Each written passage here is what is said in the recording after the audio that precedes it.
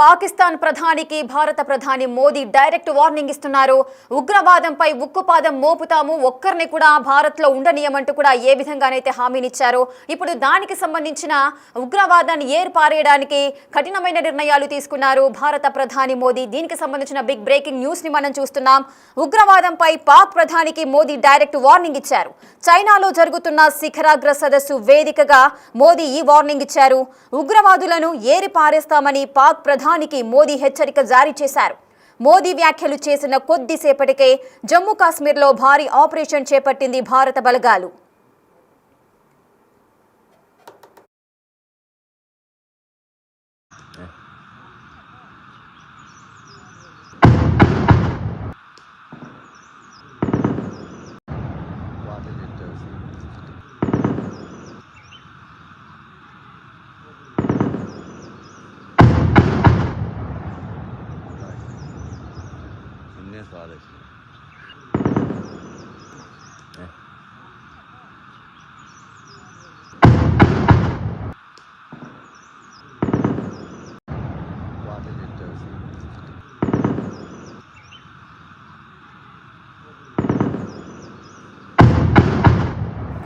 ఇక ఉగ్రవాదంపై పాక్ ప్రధానికి మోదీ డైరెక్ట్ వార్నింగ్ ఇస్తున్నారు. చైనాలో జరుగుతున్న శిఖరాగ్ర సదస్సు వేదికగా ఉగ్రవాదులను ఏరి పారేస్తామంటూ పాక్ ప్రధానికి మోదీ హెచ్చరిక జారీ చేశారు. ఉగ్రవాదులను ఏరి పారేస్తామని పాక్ ప్రధానికి మోదీ హెచ్చరిక జారీ చేసిన కొద్దిసేపటికే జమ్మూ కాశ్మీర్లో భారీ ఆపరేషన్ చేపట్టాయి భారత బలగాలు. అటు బాలాకోట్లో ఉగ్రవాదులను ఏరి పారేస్తున్నాయి భారత ఆర్మీ. బలగాలకు ఉగ్రవాదులకు మధ్య కాల్పుల మోత మోగుతోంది. 5 ఉగ్రవాదులను కాల్చి చంపినట్లుగా ఆర్మీ చెప్పింది. కానీ దాడులపై అధికారికంగా మాత్రం ఇంతవరకు కూడా ప్రకటన రాలేదు. చైనాలో పాకిస్తాన్ ప్రధానిని ఏమాత్రం పట్టించుకోలేదు మోదీ. సో దానికి సంబంధించిన విజువల్స్ కూడా మనము బిగ్ టీవీ స్క్రీన్ పైన మనం డిజిటల్ ఎక్స్క్లూజివ్లో చూడొచ్చు. చైనాలో శిఖరాగ్ర సదస్సు జరుగుతోంది. ఈ సదస్సుకు అటు చైనా ప్రధాని జిన్పింగ్తో పాటు మోదీ కూడా హాజరయ్యారు. అక్కడ భారత ప్రధాని మోదీ అదేవిధంగా అక్కడ ఉన్న వాళ్ళందరితో కూడా మాట్లాడుతూ ముందుకు వెళ్తున్న దృశ్యాలు మనము డిజిటల్ ఎక్స్క్లూజివ్గా చూస్తున్నాము. ఆ శిఖరాగ్ర సదస్సులో పాక్ ప్రధాని అక్కడ నించొని ఉండడాన్ని కూడా మనం గమనించవచ్చు. ఆయన చేతులు కట్టుకొని సైలెంట్గా నించున్నారు, ఎవ్వరితో మాట్లాడకుండా. ఎందుకు అంత దీనంగా నించున్నారు అంటూ కూడా చాలా ట్రోల్స్ కూడా వస్తున్నాయి. సో అక్కడ ఉన్న పాక్ ప్రధానిని భారత ప్రధాని మోదీ ఏమాత్రం పట్టించుకోకుండా చాలా బిజీగా ఉండి మాట్లాడుతూ వెళ్ళిపోతున్న దృశ్యాలు కూడా మనం చూడొచ్చు. సో పాక్ ప్రధాని ఏ విధమైన ఉగ్రవాదాన్ని ఏ విధంగా పెంచి పోషిస్తున్నారు, దానికి ఎందుకు అడ్డుకట్ట వేయట్లేదు అని చాలా విమర్శలు వస్తున్న నేపథ్యంలో ప్రజెంట్ ఆ దృశ్యాలు మాత్రము వైరల్గా మారుతున్నాయి. ఉగ్రవాదంపై పాక్ ప్రధానికి మోదీ అయితే డైరెక్ట్ వార్నింగ్ ఇస్తున్నారు. చైనాలో జరుగుతున్న శిఖరాగ్ర సదస్సు వేదికగా ఉగ్రవాదులను ఏరి పారేస్తామని పాక్ ప్రధానికి మోదీ హెచ్చరికలు జారీ చేశారు. మోదీ వ్యాఖ్యలు చేసిన కొద్దిసేపటికే జమ్మూ కాశ్మీర్లో భారీ ఆపరేషన్ చేపట్టాయి భారత బలగాలు. బాలాకోట్లో ఉగ్రవాదులను ఏరి పారేస్తున్నాయి భారత బలగాలు. దీనికి సంబంధించిన పూర్తి డీటెయిల్స్ మా ప్రతినిధి శివ అందిస్తారు. శివ, అటు జమ్మూ కాశ్మీర్లో భారీ ఆపరేషన్ చేపట్టాయి భారత బలగాలు. సో దీనికి సంబంధించిన పూర్తి డీటెయిల్స్ ఏంటి? రైట్ రేఖ, జమ్మూ కాశ్మీర్ లో భారత భద్రతా బలగాలు ఉగ్రవాదుల ఏరువేతకు సంబంధించి సెర్చ్ ఆపరేషన్ కొనసాగిస్తున్నాయి. ఒకవైపు ప్రధాని నరేంద్ర మోడీ విదేశీ పర్యటన భాగంగా ఈ రోజు చైనాలో ఇటు పాక్ ఉగ్రవాదం సంబంధించి పాకిస్తాన్ కు ప్రధాని నరేంద్ర మోడీ డైరెక్ట్ వార్నింగ్ ఇచ్చారు. చైనాలో జరుగుతున్న శిఖరాగ్ర సదస్సు వేదికగా కూడా ఉగ్రవాదులను ఏరి పారేస్తామంటూ కూడా మోదీ హెచ్చరికలు జారీ చేశారు. అదే సభలో ఇటు పాకిస్తాన్ ప్రధానమంత్రి షహబాజ్ షరీఫ్ కూడా అదే సభలో ఉన్నారు. ఆయన ఉన్న సమయంలోనే ఆయన కీలక వ్యాఖ్యలు చేశారు. మోదీ ఈ కీలక వ్యాఖ్యలు చేసిన కొద్దిసేపటికే జమ్మూ కాశ్మీర్ లో భారీ ఆపరేషన్ చేపట్టింది భారత భద్రతా బలగాలు. ఇటు బాలాకోట్ లో ఉగ్రవాదులను భారత ఆర్మీ ఏరిపారేస్తున్నారు. బలగాలకు ఉగ్రవాదులకు మధ్య కాల్పుల మోత అంటే ఎన్కౌంటర్ జరిగింది. కాల్పులు ప్రతికారాలు జరిగిన నేపథ్యంలో 5 ఉగ్రవాదులను భారత ఆర్మీ కాల్చి చంపింది. దాడులపై అధికారికంగా ఇంకా ఇటువంటి ప్రకటన అనేది భారత ఆర్మీ చేయలేదు. ఇక చైనాలో పాకిస్తాన్ పై ఏమాత్రం పట్టించుకోలేదు. అంటే ఒకవైపు పుతిన్, రష్యా అధ్యక్షుడు పుతిన్, అలాగే ప్రధాని మోడీ మాట్లాడుకుంటూ వెళ్తుంటే ఆ పక్కనే ఉన్న షహబాజ్ షరీఫ్ ను ఏమాత్రం ప్రధాని నరేంద్ర మోడీ పట్టించుకోలేదు. అయితే గత కొన్ని రోజులుగా కూడా ఉగ్రవాదంపై ఉక్కుపాదం మోపుతామంటే ఎప్పుడైతే బైసరన్ వ్యాలీలో ఇటు భారత్ కు సంబంధించిన 26 మంది టూరిస్టులను కాల్ చంపారు. అప్పటి నుంచి కూడా ఉగ్రవాదాన్ని కోకటి వేళ్లతో పెకిలించేస్తామంటూ కూడా ప్రధాని నరేంద్ర మోడీ వారికి హెచ్చరికలు జారీ చేశారు. ఎవరైతే ఉగ్రవాదులు ఉన్నారో వారికి ఆశ్రయం ఇస్తున్న వారిని కూడా కోకటి వేళ్లతో పెకిలించేస్తామన్నారు. దానికి అనుగుణంగానే అంటే ఇటు ఆపరేషన్ సింధూర్ పేరుతో పాకిస్తాన్ లో ఉన్న పాక్ ఆక్రమిత కాశ్మీర్ కానీ ఇటు పాకిస్తాన్ లో ఉన్న ఏదైతే ఉగ్రవాద కార్యకలాపాలు కొనసాగించే షెల్టర్స్ ఏవైతే ఉన్నాయో దానికి సంబంధించిన వాటిపై మొత్తం 22 ప్రాంతాలు గుర్తించినప్పటికీ కూడా దానిలో 9 ప్రాంతాల్లో మొత్తం ఉగ్రవాద కార్యకలాపాలు కొనసాగించే ప్రాంతాలను మట్టుబెట్టిన పరిస్థితి కనిపిస్తుంది. దాంట్లో దానికి సంబంధించిన ఉగ్రవాదులు కానీ కీలక ఉగ్రవాద నేతలను కూడా హతమార్చారు. ఇక దాని తర్వాత ఆపరేషన్ సింధూర్ అలాగే ఇతర పేర్లతో ఈ ఆపరేషన్ కి సంబంధించిన అనేక ఉగ్రవాద సంస్థలకు సంబంధించి జైషే మహమ్మద్ కానీ లష్కర్ ఏ తోయిబా అలాగే టిఆర్ఎఫ్ ద రెసిడెంట్ ఫ్రంట్ ఏదైతుందో దానికి సంబంధించి కానీ వారందరికి సంబంధించిన ఉగ్రవాదులందరినీ కూడా ఒక్కొక్కరిగా ఏరివేస్తున్నారు. సంయుక్తంగా ఇటు సిఆర్పిఎఫ్ జమ్మూ కాశ్మీర్ పోలీసులు భారత భద్రతా బలగాలు సంయుక్తంగా సెర్చ్ ఆపరేషన్ నిర్వహిస్తూ ఎక్కడైతే ఉగ్రవాదులు వారికి తారసపడుతున్నారో వారిని పట్టుకునే ప్రయత్నం చేస్తున్న నేపథ్యంలో ఉగ్రవాదులు కూడా తప్పించుకునే క్రమంలో భారత భద్రతా బలగాలపై కాల్పులు జరుపుతున్న ప్రతిగా భారత భద్రతా బలగాలు కాల్పులు జరిపిన నేపథ్యంలో ఇటు ఉగ్రవాదులు ఈ రోజు జరిపిన దాడుల్లో 5 ఉగ్రవాదులు చనిపోయారు. మరింత మంది ఉగ్రవాదులు అక్కడ నక్కి ఉన్నారనే సమాచారంతో నిఘా వర్గాల సమాచారంతో భారత భద్రతా బలగాలు జమ్మూ కాశ్మీర్ పోలీసులు అలాగే సిఆర్పిఎఫ్ జవాన్లు వీరందరూ కూడా సంయుక్తంగా సెర్చ్ ఆపరేషన్ నిర్వహిస్తున్నారు. మరింత మంది ఉగ్రవాదులు ఉన్నారనే సమాచారంతోనే వారిని కూడా ఏరివేసే క్రమంలోనే ఈ సెర్చ్ ఆపరేషన్ కొనసాగిస్తున్నారు కనిపిస్తుందంటే. శివ, ఇటు జమ్మూ కాశ్మీర్ లో భారీ ఆపరేషన్ తర్వాత ప్రెస్ మీట్ పెట్టే అవకాశాలు ఏదైనా ఉంటాయా? అంటే బహిరంగంగా ఒక ప్రకటన విడుదల చేసే అవకాశాలు ఉంటాయా ఇంతమంది ఉగ్రవాదులను మేము హతం చేశాము అని? రైట్, డెఫినెట్ గా దీనికి సంబంధించి చినార్ కాప్స్ ఆర్మీ అని ఒక ట్విట్టర్ హ్యాండిల్ ఉంటుంది. ఆర్మీకి సంబంధించి భారత ఆర్మీకి సంబంధించి వారు ఒక ట్వీట్ చేసే అవకాశం అయితే అధికారికంగా చేసే అవకాశం అయితే కనిపిస్తుంది. అంటే ఇప్పటివరకు సమాచారం ప్రకారం 5 చనిపోయారని ప్రధానంగా తెలుస్తుంది. దాంట్లో మరి భారత ఆర్మీకి ఏమన్నా ప్రతిగా కాల్పులు గాయాలయ్యాయా, ఇంకా ఉగ్రవాదుల మృతుల సంఖ్య దీంట్లో ఇంకేమైనా పెరిగే అవకాశం ఉందా ఏంటి అనేది కూడా మరి కాసేపట్లోనే అధికారికంగా ఒక ప్రకటన అయితే వచ్చే అవకాశం అయితే కనిపిస్తోంది. రేఖ. ఎస్ శివ, మనం చూడొచ్చు చైనాలో జరుగుతున్న శిఖరాగ్ర సదస్సులో మనం విజువల్స్ లో కూడా చూస్తున్నాము. పాక్ ప్రధాని ఎందుకు అంత సైలెంట్ గా నించొని ఒక పక్కన ఆయన మాత్రమే ఒంటరిగా నించున్న దృశ్యాలు మనకు ఆసక్తిగా కనిపిస్తున్నాయి. ఎందుకు అతను ఆ విధంగా నించున్నారు అంటే ఏమని భావించవచ్చు?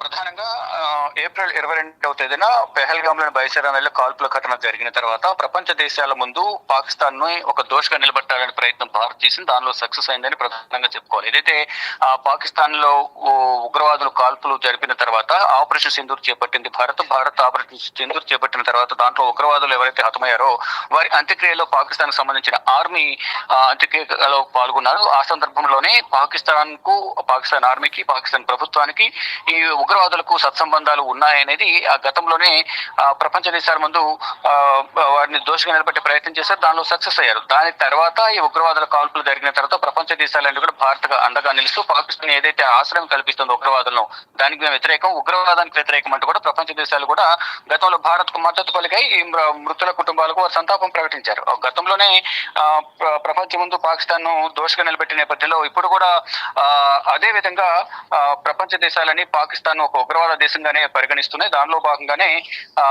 ఇప్పుడు కూడా అంటే ఆ సదస్సులో పాల్గొన్నప్పటికీ ఫార్మల్ గా అందరూ మాట్లాడుకున్నప్పటికీ కూడా అంతర్గతంగా మాత్రం పాకిస్తాన్ పైన ఒక ముద్ర అనేది పాకిస్తాన్ ఉగ్రవాద దేశం అనేది ముద్ర పడిపోయింది. దానిలో భాగంగానే చాలా మట్టుకు అక్కడ వచ్చిన ప్రపంచ దేశాలన్నీ కూడా పాకిస్తాన్ కొంత దూరం పెట్టినట్టు తెలిసింది. దానిలో భాగంగానే ఆయన అసంతృప్తిగా ఉన్నారు. పాకిస్తాన్ ప్రధానమంత్రి షహబాజ్ షరీఫ్ అనేది కూడా కొంత ప్రచారం జరుగుతుంది. దానిలో భాగంగానే ఒకవైపు రష్యా అధ్యక్షుడు అలాగే భారత ప్రధాని ఇద్దరు నడుచుకుంటూ వెళ్తున్నప్పటికీ అక్కడ షహబాజ్ షరీఫ్ అక్కడ చూస్తూ ఉన్నారు. మాట్లాడే ప్రయత్నం చేసినప్పటికీ కూడా అక్కడ ఎవరు ఆయనతో మాట్లాడిన పరిస్థితి కనిపిస్తూ ఉంటుంది.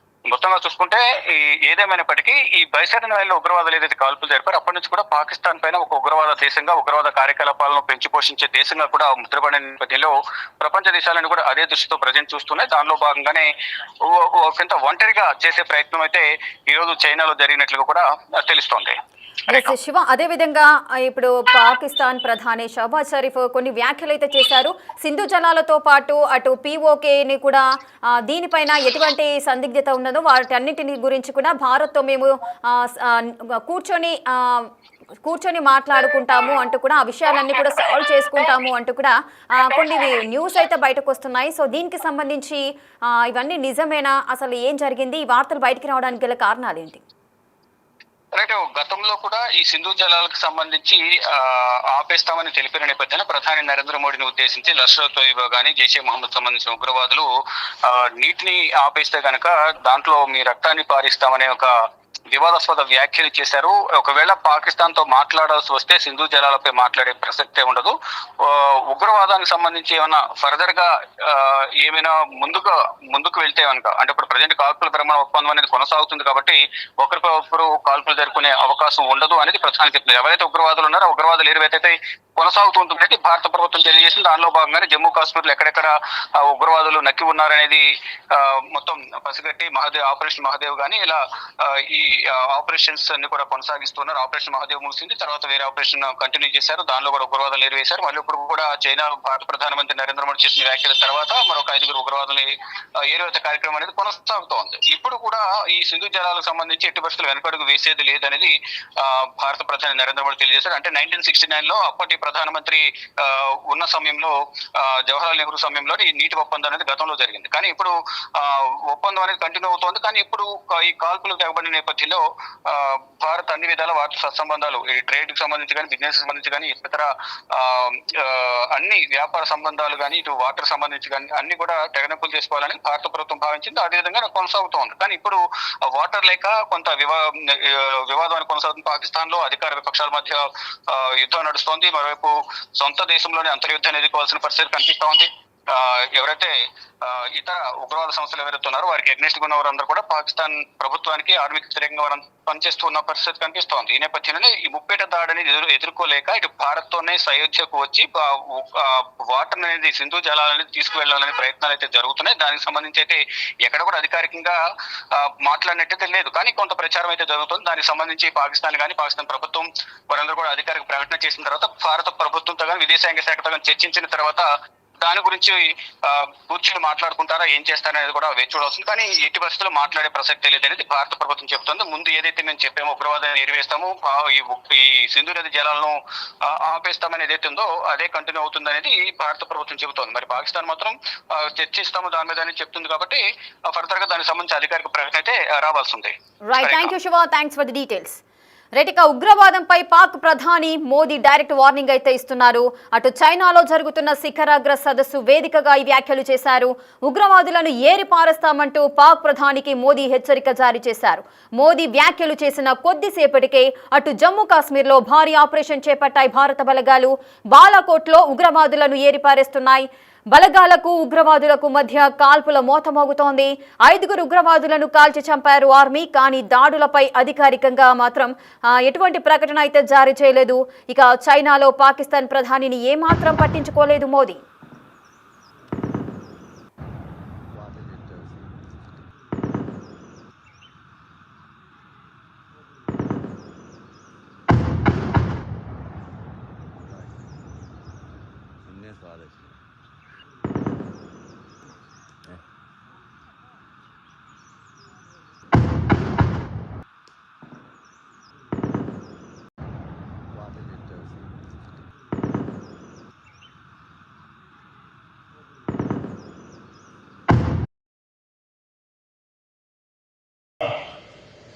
हमारा प्रयास था कि एससीओ को सरकारों के परे भी ले जाए, सामान्य मानवी, यंग साइंटिस्ट, स्कॉलर्स और स्टार्टअप को भी आपस में जोड़े।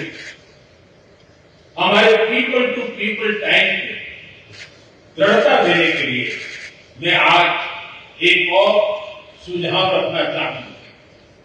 एससीओ के अंतर्गत एक सिविलाइजेशन डायलॉग फोरम बनाया गया। इससे हम अपनी प्राचीन सभ्यताओं, कला, साहित्य और परंपराओं को वैश्विक मंच पर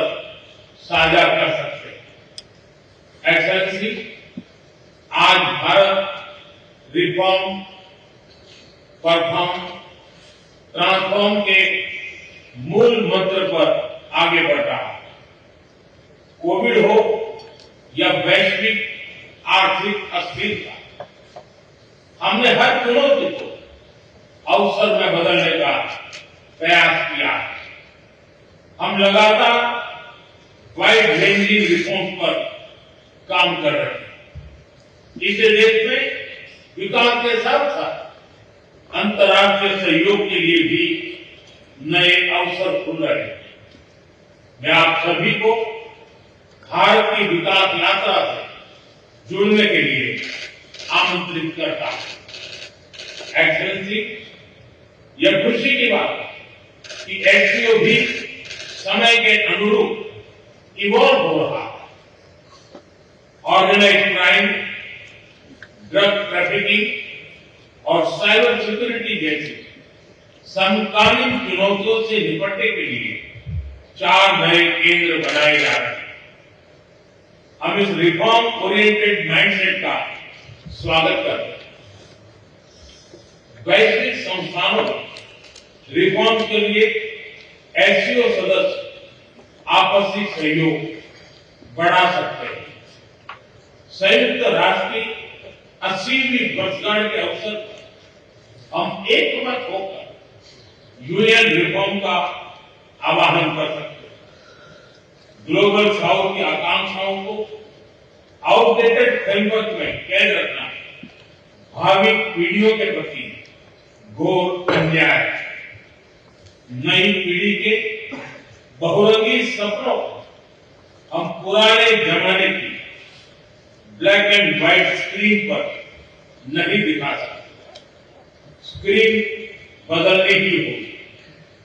एचसीओ मल्टीलेटरलिज्म और इंक्लूसिव वर्ल्ड ऑर्डर का मार्गदर्शक बन सकता है।